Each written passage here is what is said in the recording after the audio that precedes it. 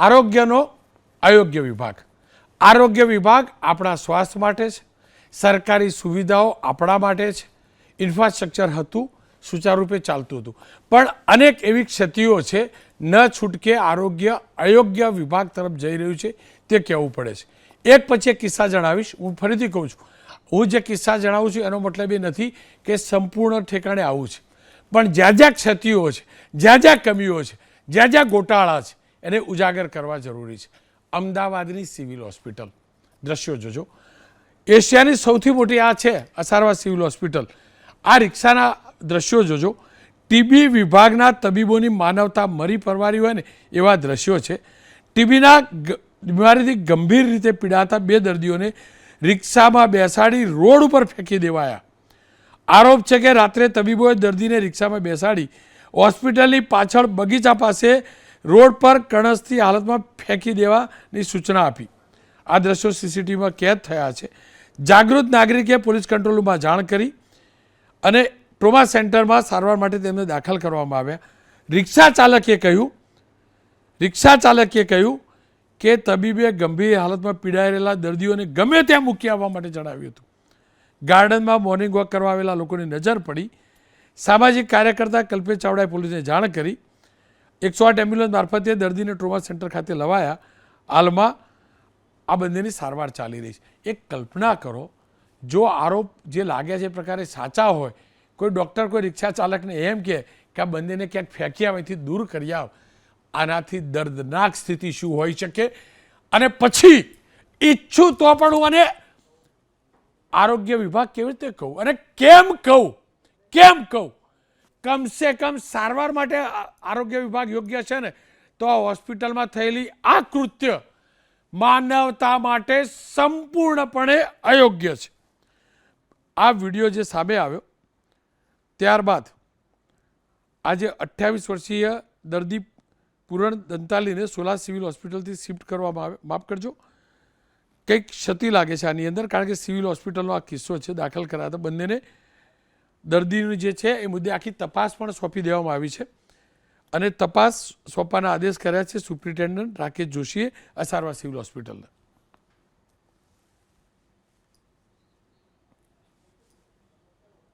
Definitely ખૂબ જ ગંભીર બાબત છે. સિવિલ હોસ્પિટલની અંદર આટલા બધા દર્દીઓ આવતા હોય, આટલું સારું કાર્ય થઈ રહ્યું હોય, એવી પરિસ્થિતિની અંદર કોઈ પણ વ્યક્તિને આવી રીતે અડધી રાત્રે જો મોકલી દેવામાં આવ્યો હોય અને એ જો પુરવાર થશે તો ડેફિનેટલી એ ડિપાર્ટમેન્ટના હેડ અને એના રેસિડેન્ટ સામે કડકથી કડક કાર્યવાહી કરવામાં આવશે. તપાસ કરી રહ્યા છીએ.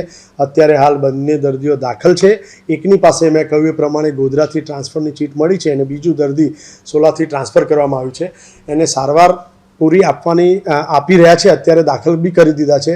પરંતુ ખૂબ જ, જેમ આપે કહ્યું એમ, ખૂબ જ દુઃખદ ઘટના છે. આવું ન થવું જોઈએ. રેસિડેન્ટ ડૉક્ટર તરફથી એવું કહેવામાં આવી રહ્યું છે કે જ્યારે આવા લોકો જ્યારે એમ કે બિનવારસી તરીકે હોય ત્યારે ઘણી બધી વખત ડિમાન્ડ કરતા હોય છે. હવે એ ડિમાન્ડ સાચી ખોટી આપણને ખબર નથી, પરંતુ એમના કહેવા પ્રમાણે એવું છે કે અમુક ડિમાન્ડ એવી કરે જે પોતે પૂરી કરી શકે એવા હોતા જ નથી. સિવિલ હોસ્પિટલની રીતે જોવા જઈએ તો આપણે સારવાર આપવી ફરજ છે. દવા દારૂ આપણે એમ કહીએ કે દવા એને મળવી જોઈએ, રેગ્યુલર બેઝ પર ખાવાનું મળવું જોઈએ. બાકીની એના સિવાયની કોઈ પણ ડિમાન્ડ હોય તો સ્વાભાવિક છે કે ઘણી બધી વખત આપ એને પૂરી કરવા માટે સક્ષમ હોતા નથી. જ્યારે બિનવારસી વ્યક્તિ હોય છે તો એને કોઈને સગાને સમજાવવાનું આપણી પાસે પણ કોઈ સ્કોપ હોતો નથી. પરંતુ ફરીથી કહીશ કે આ એક રીઝન નથી જેના થકી આને આપણે કોઈ પણ રીતે જસ્ટિફાઈ કરી શકીએ. એવું ન થવું જોઈએ અને થયું હશે તો ડેફિનેટલી એને તપાસ કરી અને એને કડક પગલાં લેવામાં આવશે.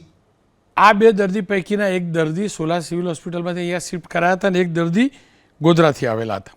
હવે તપાસ શરૂ થઈ છે અને જો આવી સ્થિતિ હોય તો ચોક્કસથી વિચારવું જોઈએ. વાત સુરત સિવિલની કરી લઉં. સુરત સિવિલમાં છેલ્લા 5-1 દિવસથી ડાયાલિસિસના 4થી વધુ મશીનો બંધ છે. દર્દીઓ હેરાન થઈ રહ્યા છે. નવી સિવિલ હોસ્પિટલ દક્ષિણ ગુજરાતની સૌથી મોટી હોસ્પિટલ છે. મહારાષ્ટ્રથી પણ દર્દીઓ આવતા હોય છે અને આવી રીતે ડાયાલિસિસ મશીનો બંધ છે ત્યારે જે પણ ચાલુ છે તેના ઉપર બાકીના દર્દીઓએ કલાકો સુધી રાહ જોવી પડે છે. વડોદરા બાજવા ગામમાં આવેલી જનની સર્જિકલ હોસ્પિટલમાં હોબાળો થયો. 8 મહિના બાદ જન્મેલા બાળકને એક હાથનું કાંડું જ ન હોવાથી બાળકના પરિવારજનોએ વસંત શોપ પર આરોપ લગાવ્યો કે 8 મહિના સુધી આ ડૉક્ટરના ધ્યાનમાં જ ન આવ્યું કે એના સોનોગ્રાફી દરમિયાન કે એના હાથની અંદર તકલીફ છે. આપ ખાનગી હોસ્પિટલ છે, અહીંયા વસંત શ્રોફ અને તેમની પુત્રની અટકાયત પણ કરી પોલીસે તપાસ હાથ ધરી છે. અનેક આ પ્રકારના કિસ્સા આવે છે એટલે લાગ્યું કે બોલવું જોઈએ. આ તંત્રને સુધારવું જરૂરી છે અને ખાસ કરી સરકારી હોસ્પિટલોમાં જ્યાં ગરીબ દર્દીઓ આવે છે. ડૉક્ટર હેમાંગભાઈ વસાવડા કોંગ્રેસના નેતા છે, ડૉક્ટર હેમંતભાઈ ભટ્ટ ભારતીય જનતા પક્ષના નેતા છે. હેમાંગભાઈ, અવાજ મળે છે? હેમાંગભાઈ, આ એકદમ ક્લિયર આવે છે. હેમાંગભાઈ, ખાનગી હોસ્પિટલમાં આપણે બિલ ના હોય, રૂપિયા ના હોય અને દર્દીને હેરાન કરવામાં હું માન્યું, પણ જો સરકારી હોસ્પિટલમાં ખરેખર જે સીસીટીવી છે ને જે રિક્ષા ચાલકે કહ્યું છે એ પ્રકારે દર્દીઓને બહાર મૂકી આવવાનું જો ડૉક્ટરોએ કહ્યું હોય, જો ખરેખર કહ્યું હોય, તો આ ડૉક્ટરને હવે મારે ડૉક્ટર કહેવા કેવી રીતે? ડૉક્ટર ન કહેવા તો ડૉક્ટર સાહેબ આપ જ કહો કે એમને કેવા નામથી સંબોધન કરવું જોઈએ, કઈ ઉપમાથી સંબોધન કરવું જોઈએ? રોનકભાઈ, મેં આપની જે ડિબેટ ચાલુ થઈ એની પહેલાના વિઝ્યુઅલ જોયા. ખૂબ જ શરમજનક આ ઘટના છે. અમદાવાદની સિવિલ હોસ્પિટલના ટીબી વોર્ડમાંથી દર્દીઓને રિક્ષામાં બેસાડી અને ફૂટપાથ ઉપર કે રસ્તે મોકલી દેવા એ જઘન્ય અપરાધ છે. આપે મને પ્રશ્ન પૂછ્યો કે આવા લોકોને શું કહેવા? ડોક્ટર તો ન જ કહેવાય, પણ આપણે એને ચોક્કસ દાનવ અથવા રાક્ષસ કહી શકીએ. સિવિલ હોસ્પિટલમાં જ્યારે દર્દી આવે છે ત્યારે આર્થિક રીતે નબળા છે. જો ખિસ્સામાં પૈસા હોય તો એ સિવિલનું કોઈ પગથિયું હજી ગુજરાતમાં ચડતું નથી. એટલે એવા સંજોગોમાં તમારી જવાબદારીમાં આવે છે કે દર્દી સંપૂર્ણ સાજો થાય ત્યાં લગી તમારે એની સારવાર કરવાની છે. માની લો કે કોઈ દર્દી નિર્વારસ છે અથવા એને ભેગા સગાવાલા નથી, તોય હોસ્પિટલની જવાબદારી થાય છે કે એને ઇન્ડોર રાખી એની સારવાર થાય. નર્સિંગ સ્ટાફ અને અન્ય સ્ટાફ છે એ એની નાની મોટી જરૂરિયાતો છે એ પૂરું કરે. હોસ્પિટલ 2 ટાઈમ જમવાનું આપે છે, દૂધ આપે છે, બ્રેકફાસ્ટ આપે છે, બધું આપે છે. એટલે આ જે કૃત્ય છે એ કોઈ પણ સંજોગોમાં માફ ન થઈ શકે એવું આ કૃત્ય છે. હવે પ્રશ્ન એ આવ્યો કે સુપ્રિન્ટેન્ડન્ટ સાહેબે એવું કીધું કે તપાસ થશે અને કોઈને છોડવામાં આવશે નહીં. મેં એવું જોયું છે કે સામાન્ય રીતે જ્યારે આવા કોઈ પણ બનાવ બને છે ત્યારે નાના ડૉક્ટરો જે રેસિડન્ટ ડૉક્ટર છે એનો બલી લેવાઈ જાય છે અને બાકીના કોઈને કંઈ થતું નથી. નિયમ પ્રમાણે વોર્ડની તમામ ગતિવિધિ માટે યુનિટ હેડ જવાબદાર છે. એટલે મારી એવી માગણી છે કે માત્ર નાના રેસિડન્ટોને સસ્પેન્ડ કરીને તમે આ પ્રકરણનું ફીંડલું વાળશો તો એ વાત બરાબર નથી. જે યુનિટ છે એના હેડને પણ આને માટે જવાબદાર ગણવા પડે અને એની સામે પણ ડિસિપ્લિનરી એક્શન લેવા જ જોઈએ. આ એકદમ જરૂરી છે. આવો બનાવ રાજકોટમાંય બન્યો હતો, ત્યાં માત્ર રેસિડન્ટ ડૉક્ટરને સસ્પેન્ડ કર્યો. પદ્મકુંવરબામાં પણ આવો બનાવ બન્યો હતો, ડિલિવરી બહાર ફળિયામાં થઈ હતી ગ્રાઉન્ડમાં, એમાં પણ કોઈ પ્રોફેસર હેડ કોઈની ઉપર પગલાં ના લેવાના અને માત્ર ફર્સ્ટ યરના રેસિડન્ટ ડૉક્ટર જેની ડ્યુટી પણ નથી લેબર રૂમમાં એવા લોકોને પણ પગલાં લઈને ડિસમિસ કરી દીધા. એટલે સરકારનો એંગલ મોટા માથા સુધી પહોંચવાનો હોય છે. માત્ર નાની માછલીઓને હેરાન કરવાનો આમાં સવાલ ના આવે એ જોવાની જરૂર છે. પણ આ ડૉક્ટરને કહેવું શું એ તો તમે કહ્યું નહીં. આ ડૉક્ટર શબ્દ જો સાચું હોય તો ડૉક્ટર મેં કીધું સાહેબ દાનવ કે રાક્ષસ? ના, દાનવ જ રાખ્યા. ડૉક્ટર અને દાનવ બંને વિરોધાભાસી. ડૉક્ટર શું કરે આપણે જાણીએ, દાનવ શું કરે એ પણ જાણીએ છીએ. આપનો ખૂબ ખૂબ આભાર. ભટ્ટ સાહેબ મારી સાથે જોડાયા છે. ભટ્ટ સાહેબ, આનાથી દુઃખદ શું હોઈ શકે? જો આ ઘટના સાચી છે ને આ જ પ્રકારે કહ્યું છે અને આ જ પ્રકારે જો આપણી સરકારી હોસ્પિટલમાં થયું છે તો હું ઈચ્છું તો પણ મારા આરોગ્ય વિભાગને અયોગ્ય વિભાગ કહું કેવી રીતે? અને હવે આપણે એમ ના કહી શકીએ કે 1-2 કેસના કારણે આખા વિભાગને ન કહી શકાય. જે 2 વ્યક્તિઓના જીવ ગયા હોત તો એ 2 વ્યક્તિઓ તો 2 વ્યક્તિઓ હતા. ડૉક્ટર સાહેબ, 2 વ્યક્તિઓ હતા ને, એમના જીવ હતા ને એટલે આપણે એવું ના કહી શકીએ. અને આરોગ્ય વિભાગની જવાબદારી છે એક વ્યક્તિને જીવાડવાની, એટલે કહું છું. રોનકભાઈ, તમારી વાત બિલકુલ સાચી છે.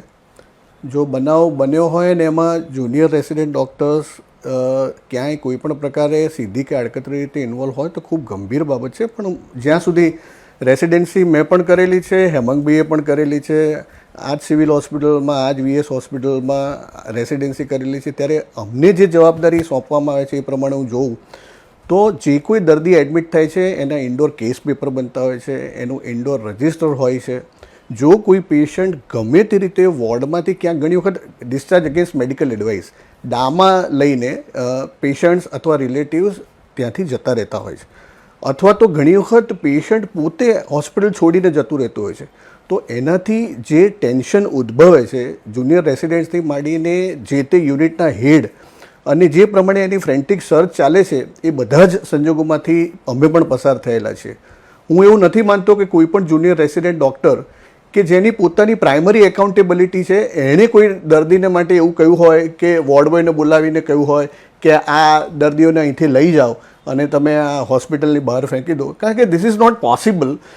કોઈક એવું અગમ્ય કારણસર હશે. હું સુપ્રિન્ટેન્ડન્ટ શ્રી રાકેશભાઈનો મેં ઇન્ટરવ્યૂ જોયો અને એમણે કહ્યું એ વાત બિલકુલ સાચી છે કે આવી નેગ્લિજન્સ કોઈ હિસાબે ના ચલાવી શકાય. માનવતાની બિલકુલ વિરુદ્ધની વસ્તુ છે, મેડિકલ એથિક્સની વિરુદ્ધની વસ્તુ છે.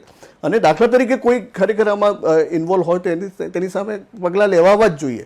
પરંતુ હું એવું માનું છું કે કોઈ અગમ્ય કારણ હશે. જુનિયર રેસિડેન્ટ ડૉક્ટર્સના આમાં જે કોઈ વોર્ડમાં અથવા તો જે યુનિટમાં આ પેશન્ટ એડમિટ હોય એના જુનિયર રેસિડેન્ટ ડૉક્ટર્સને કદાચ આ બાબતની પૃચ્છા થઈ હોત તો કદાચ વધારે સ્પષ્ટતા થઈ હોત. હું ચોક્કસપણે માનું છું કે મેડિકલ પ્રોફેશનમાં જેણે MBBS પાસ કર્યું છે અને જે રેસિડેન્સી કરે છે એ કોઈ પણ ડૉક્ટર આવું ન કરે. અને ખાસ કરીને સિવિલ હોસ્પિટલમાં જ્યાં રોજના 3000 જેટલા તો આપણા OPD પેશન્ટ્સ આવતા હોય, 300 થી 400 ઇન્ડોર એડમિશન થતા હોય, આખા વર્ષનું તમે સિવિલ હોસ્પિટલનું સર્વેયું જુઓ ને તો 10-10 લાખ પેશન્ટો OPDમાં આવતા હોય છે. ખાસ આપણું TBને માટેનું તો એક સ્પેશિયલ યુનિટ આપણું ચાલે છે. અને ટ્યુબરક્યુલોસિસ માટેનું તો જે એમ્ફેસિસ આપણી સરકારનું છે, કેન્દ્ર સરકારનું હોય, રાજ્ય સરકારનું હોય, કે કોઈ પણ પેશન્ટ ગમે તે ઘણી વખત દવા પણ ના લેતું હોય ને તો આશા વર્કર હોય કે મલ્ટીપર્પઝ મેલ હેલ્થ વર્કર હોય તો ફિમેલ હેલ્થ વર્કર, એમણે એમના ઘેર પહોંચીને એમને ગોળી ગળાવવાની છે.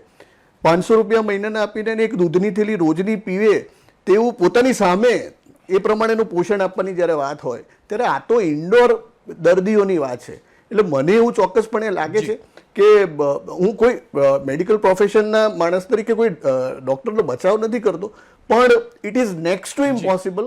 મારા ઇમેજિનેશનની વિરુદ્ધની વસ્તુ છે કે કોઈ રેસિડેન્ટ ડૉક્ટરે એવું કહ્યું હોય કે આ ઇન્ડોર પેશન્ટ્સને જઈને તમે બહાર મૂકી આવો. I don't think so.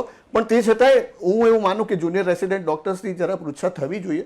અને રાકેશભાઈએ કહ્યું તેમ સુપ્રિન્ટેન્ડન્ટશ્રીએ કે જો કોઈ પણ આમાં કસૂરવાર હોય તો તેની સામે ચોક્કસપણે પગલાં લેવા જ જોઈએ. ભટ્ટ સાહેબ, there is no discussion about it. Bhatt સાહેબ, there is no other view. Doctor સાહેબ, જો અમારી ફરજ હતી સુપ્રિન્ટેન્ડન્ટનો વ્યૂ જાણવો જોઈએ, એક તરફી વાત ન હોવી જોઈએ. અમે એ ડૉક્ટરને એક્સેસ ન કરી શકીએ, જુનિયર ડૉક્ટરને જઈને સીધું ન પૂછી શકીએ, અમે સુપ્રિન્ટેન્ડન્ટને પૂછી શકીએ. અને સ્વાભાવિક સુપ્રિન્ટેન્ડન્ટને પૂછ્યું એટલે એમને પ્રાથમિક તપાસ તો કરી હશે. આપ નેક્સ્ટ ટુ ઇમ્પોસિબલ કહો છો, હું પણ એવું જ માનું છું, એવું હોવું જોઈએ. પણ ક્યાંક નેક્સ્ટ ટુ ઇમ્પોસિબલ જેવું એટલે નથી, શંકાસ્પદ છે. નહીતર સુપ્રિન્ટેન્ડન્ટ સાહેબ તરત ડિનાય કરી દેતે ને કે ભાઈ મેં પૂછ્યું, પેલાને પૂછ્યું, રિક્ષાવાળાને પૂછ્યું, આને પૂછ્યું, આવું નથી. પણ એમને ડિનાય નથી કર્યું અને એટલે જ આ ચિંતાનું કારણ છે. હું ફરીથી કહું છું ભટ્ટ સાહેબ. એક રોનકભાઈ મારે ઉમેરવું છે. ગર્ભિત શબ્દોમાં રાકેશભાઈએ એવી વાત કરી કે તેમણે કોઈક અઘટિત માગણી થઈ હોય તેવા તેમને પ્રાથમિક સૂત્રો દ્વારા સમાચાર મળ્યા છે. હવે આ કઈ અઘટિત માગણી છે? હવે it is in between the bracket. હવે આની હવે સાચી ઇન્ક્વાયરી થાય તો જ ખબર પડે. આપણે કોઈનો પક્ષ નથી લેતા, પણ સુપ્રિન્ટેન્ડન્ટ શ્રી જ્યારે એવું કહી રહ્યા હોય ત્યારે ક્યાંક એમને કોઈક અણસર એવા મળ્યા છે કે જે જુનિયર રેસિડેન્ટ ડૉક્ટર કે વોર્ડનો જે સ્ટાફ હોય એ એવી માગણીઓને પૂરી ન કરી શકે. હવે એ માગણીઓ કઈ હોઈ શકે એ અનુમાનનો વિષય છે. એને આપણે જ્યાં સુધી તપાસ ના થાય ત્યાં સુધી એનો ઉલ્લેખ કરવો પણ યોગ્ય ન ગણાય. એટલે હું એવું ચોક્કસપણે માનું છું કે એની વિશેષ તલસ્પર્શી તપાસ થાય અને પછી એ પ્રમાણેના પગલાં લેવાય. અને I do agree with you totally કે દાખલા તરીકે કોઈ પ્રાઇમરી ક્યાંય કોઈ નેગ્લિજન્સ છે તો there should be an action, strict action. Doctor આપનો ખૂબ ખૂબ આભાર. ખેર ફરી એકવાર કહીશ, આ પ્રકારની ઘટના જો ખરેખર બની હોય તો એનાથી દુઃખદ કંઈ ન હોઈ શકે. અને એટલે જ કહું છું, આનું તમામ અપડેટ્સ સિવિલ સુપ્રિન્ટેન્ડન્ટ પાસેથી અમે પણ લેતા રહીશું, પણ સિવિલ સુપ્રિન્ટેન્ડન્ટ પણ ટ્રાન્સપરન્સીથી એની જે પણ જાણકારી છે અમને આપે, અમે પ્રસારિત કરવા માગીએ છીએ. જો અહેવાલ ખોટો હોય, અઘટિત માગણી પણ કોઈએ કરી હોય તો એ પણ ખુલ્લું પાડવું જરૂરી છે.